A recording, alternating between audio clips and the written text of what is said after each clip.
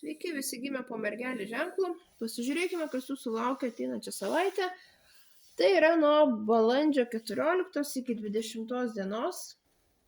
Savaitės perspektyvos, ko vengti ir patarimas jums.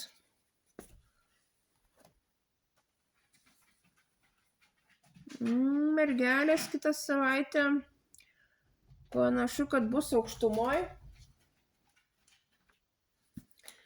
Mergelių panašu, kad laukia labai produktyvi savaitė. Tiesiog atsivers visai kitokios galimybės. Kursite ilgalaikius planus.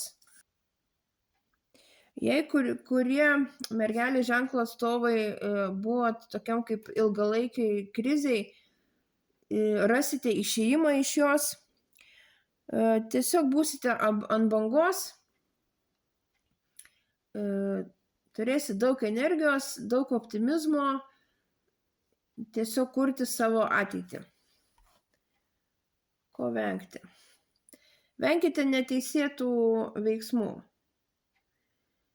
Nieko nedarykit nelegalaus, jeigu jums kažką siūlys iš šono ar tiesiog darbe, kad padaryti kažką tokio su užslėptais dalykais, neprasidėkit, viską darykit pagal įstatymų raidę. Ir patarimas jums: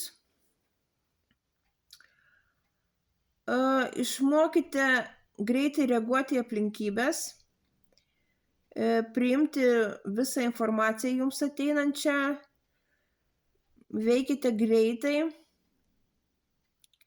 Tiesiog sulauksit daug pasiūlymų, daug gerų žinių ir tiesiog įvykiai labai klostysis dideliu greičiu.